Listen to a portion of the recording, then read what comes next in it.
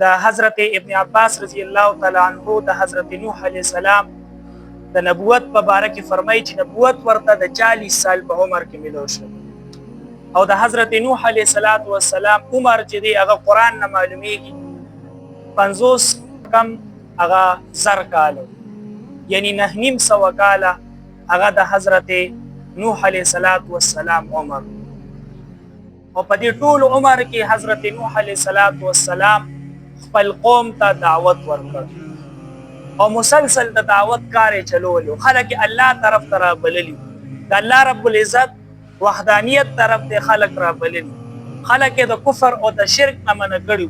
او 900 کاله د دعوت چلولو او د دعوت داسې چلولو دا خلک داسې الله تعالی طرف ته رابللی چې حضرت ابن عباس رضی الله عنه فرمایي چې خلکو به ورله دومره تکلیف ورکولو چې خلکو به ووهلو دومره به ووهلو چې په یو کمبل کې به را ټول کړلو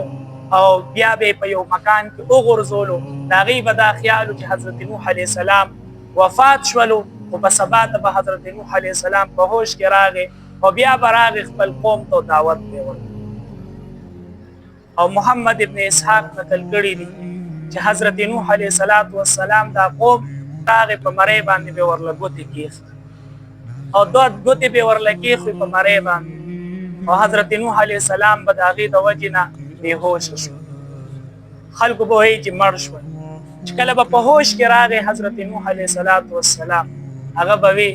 رب اغفر لقومي فانهم لا يعلمون یا الله زما د دې قوم بخښنه وکړي دی نه پوهېږي